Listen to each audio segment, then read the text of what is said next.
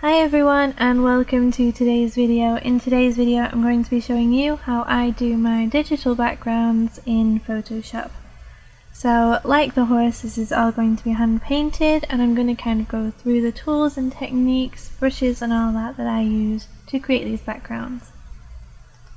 So I'm using Photoshop CC 2020 and a Wacom cintiq 13 HD. This is a already kind of edited background that I did earlier. I think this reference photo was from Pixabay. It was just another horse, but the background is different to what the photo was originally in, so this has kind of been edited. I painted over the horse where you could see it, and this is the result. So this is kind of what we're aiming for, and yeah, so that's what we're going to try and do today. So I'm kind of just going to show you kind of the basics of the paintbrush that we're going to be using today before I start. So as you can see here, we have the legacy brushes and the default brushes, and here is the soft round and the hard round. So these two are the brushes that we're going to be using kind of today. And if I was going to put this in traditional terms, I guess this would be an airbrush.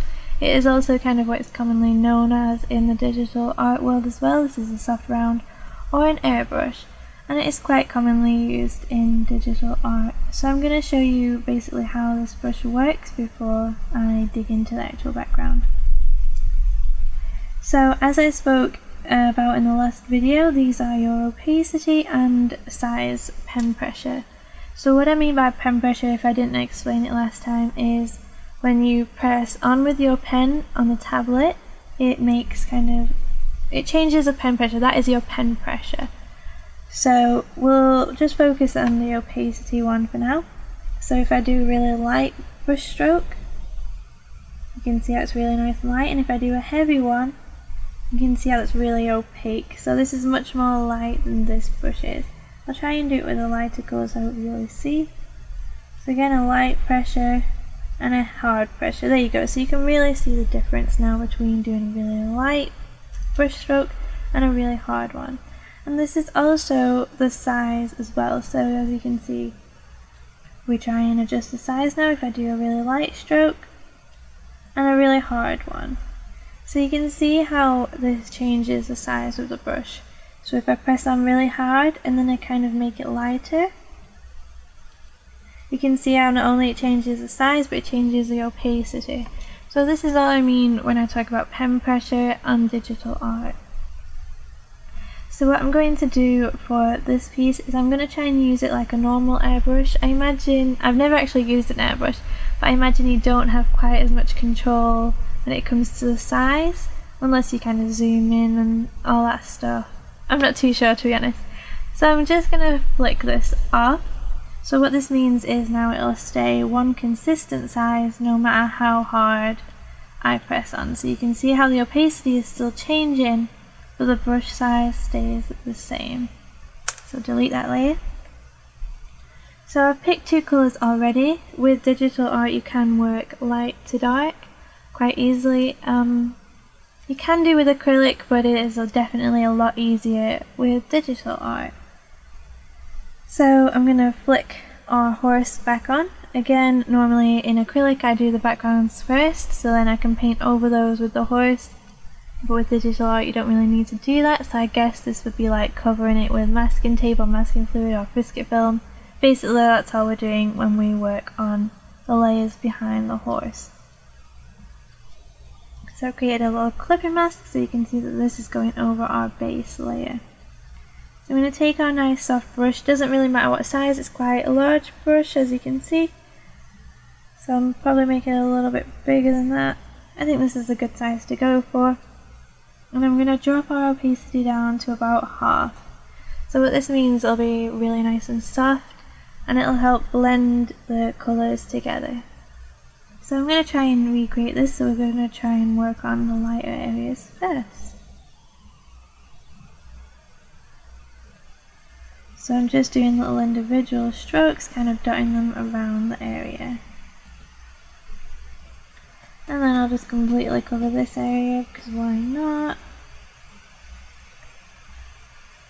And it doesn't matter if it's perfect because it's kind of a bokeh blurry background, so it'll be a bit messy anyway. And again, with the lighter colour, just going to kind of dot these around. I might even make my brush a little bit smaller. There we go. Just to kind of brush them about.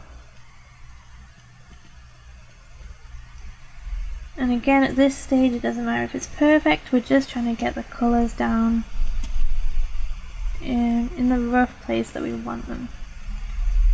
I'm going to kind of cover this whole thing, and then more little circles here.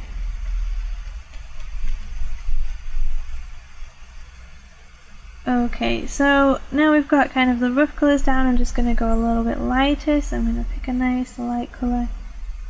That will do, and then I'll pick a yellowy one over here.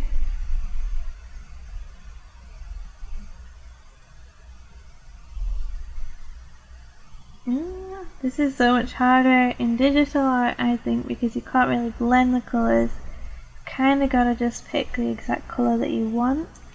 But that's okay, it can be really useful as well, because obviously you get a more exact colour if you pick it correctly. But yeah, so this is kind of the colours that we're going to go for now. And I'm just going to make this a little bit bigger, but I'm going to change the hardness this time. So the hardness, hopefully as you can see here, is the edge. And by changing the hardness, that just means it won't be quite as soft around the edges, which is kind of what the bokeh is. As you can see, the circles on the white bits are a lot harder than the ones kind of on the yellow. They're a little bit more of a soft edge. So as I guess the more light comes towards the camera, the harder that edge becomes. I'm not sure if that's technically true, but that's how it at least looks on the photos. I'm just going to now start dotting these around. Now again, you can't really see too much. Doing the hard edge hasn't really made too much of a difference, but it's definitely sharpened them up a little bit.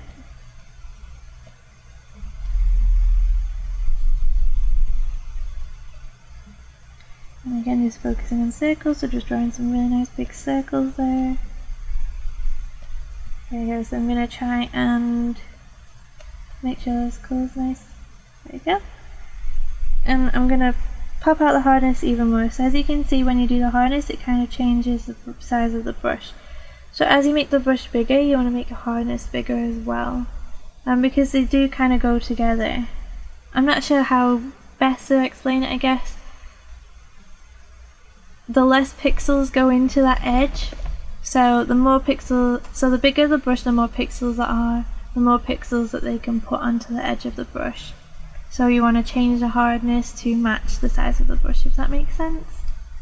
But yeah, that's just how I do it anyway. And I'll pick a slightly smaller brush, we'll go with this, and again a nice big hardness there. That might be a little bit too hard, so I'll soften it down. The brush slightly bigger, that's much better. So you can see how it's starting to get a little bit of a sharper edge now. And you can see how sometimes I'm just doing one kind of dot for the brush, and other times I'm drawing a nice big circle.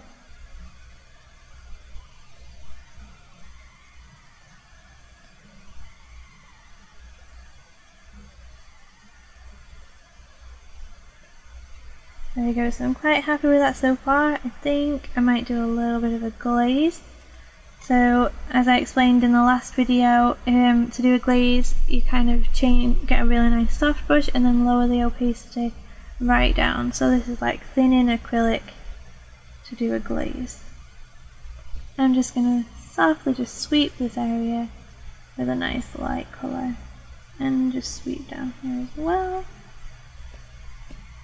So we don't lose any of the detail that we did before, but we get to change the colour of the background ever so slightly.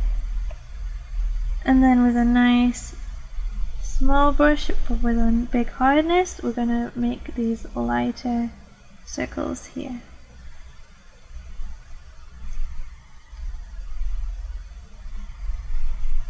Oh, change the opacity up so we can see those. There you go, and so you can see how these are starting to pop out a little bit more and get some shape and depth to them. Oops. Okay, so I'm just gonna darken up now. As you can see, I tried to get the darkest colour for the background, but some areas are actually a little bit darker, as you can see here. So what I'm going to do now is I'm going to take the soft brush again, pop the hardness right down, make it a little bit bigger, but then I'm going to turn the pen pressure back on. So this means I can control the size of the brush and get kind of a sharp pointed edge.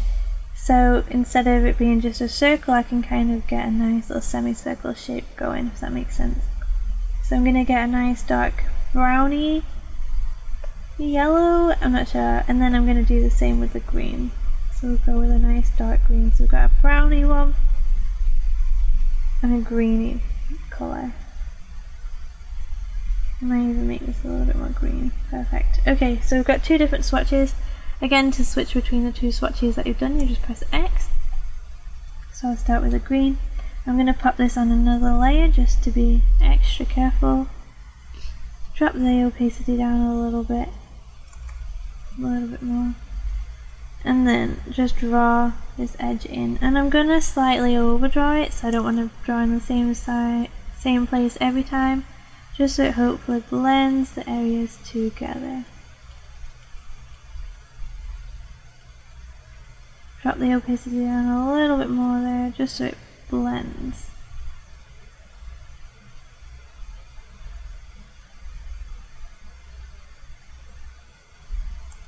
And don't worry if it's not perfect, because you can always go back over it and blend it again.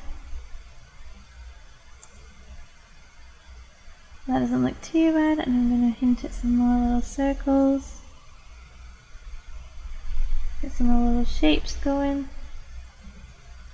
Like this area, maybe define this area a little bit more with this brush. So you can see darkening that bit up, and up here up the top. It's not exactly like the reference photo, but it doesn't really matter. Just want to make sure it's dark up here.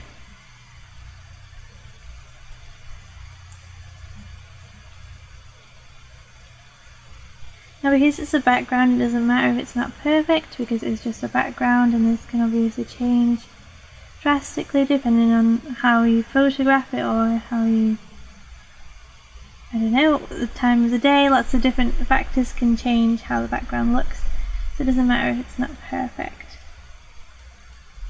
I'm just darkening up these little areas here, trying to leave space for where the circles would go, the little white circles, just so I can kind of get an idea of where those will be.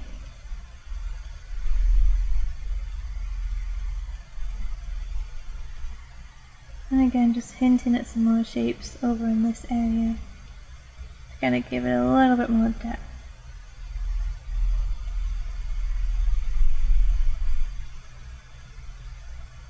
There you go. So I think that's quite nice and dark. I'm just going to use the green to add a little bit more definition on this side. And there we go. Okay, so I'm quite happy with how that looks so far. I think I might blend this bit in actually ever so slightly. Yeah, I'm happy with how that looks so far. So now what I want to do is do these kind of lighter areas. Even these could be a little bit more lighter on my side. So I'm going to do the nice bright white dots. We'll start with these lighter green ones first though. So I'll take a soft brush, pop the hardness up to about 50%-ish, 200% brush, get a nice light yellow colour. Up the opacity ever so slightly, probably a little bit more than that actually. Oh, and don't forget to turn the pen pressure off so we can get a nice sharp brush. And dot a couple more of those about there. Okay, so that's that side. I'm quite happy with those. And then I'm going to go for a nice darker, go for the white dot circle, sorry. So to start off with, I'm going to do the darker ones. So as you can see here, this one is quite nice and dark, so we're going to get a nice dark grey colour and I'm going to do kind of a mid-tone. So I'd say the lightest that they go is probably this colour. So this is my darkest dot and this is my lightest dot, actually probably a little bit lighter. Darkest dot and lightest dot. So we'll start with the darkest one first. And I'm doing light to dark because I find that adds a more depth. It helps you build on the depth a lot easier than working the other way around. And this is why I really like digital art as well, sorry. So yeah, I'm just going to push these about. It doesn't matter if these are super accurate, but basically you're just kind of setting little like placemats, I guess, for where you want your white dots to go.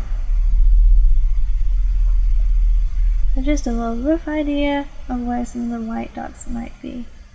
So there you go, so you can see how they're really super dark. This isn't very bright at all, but it's a nice kind of stepping stone up to the lighter colours. Just going to drop my brush size down ever so slightly and then do these lighter ones here. So this is kind of the mid-tone of the white colours. And just dotting those about there. So you can see again it's not quite as light as we want it to be, but it's starting to add to the depth. You're starting to get these colours behind the white dots. So now come out with a really nice bright white one. I might even turn the opacity up ever so slightly. And there we go. Nice big bright white bokeh circle. And you can see how the dots behind it really kind of add to that depth now. That we've got the big bright dots over the top.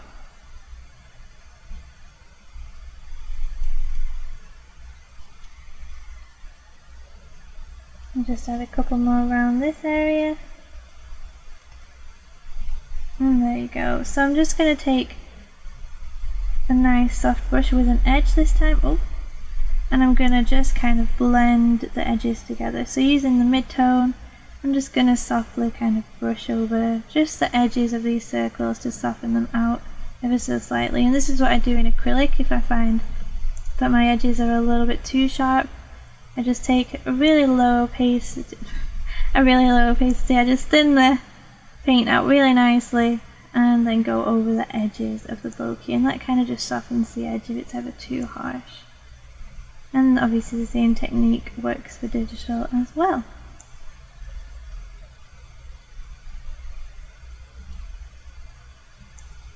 Again, soften that up.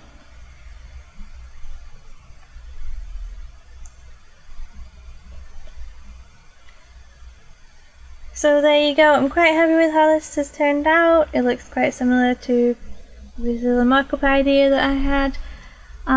I hope you found this video useful, and if you create any digital art using this tutorial video walkthrough, please let me know and tag me in it on social media.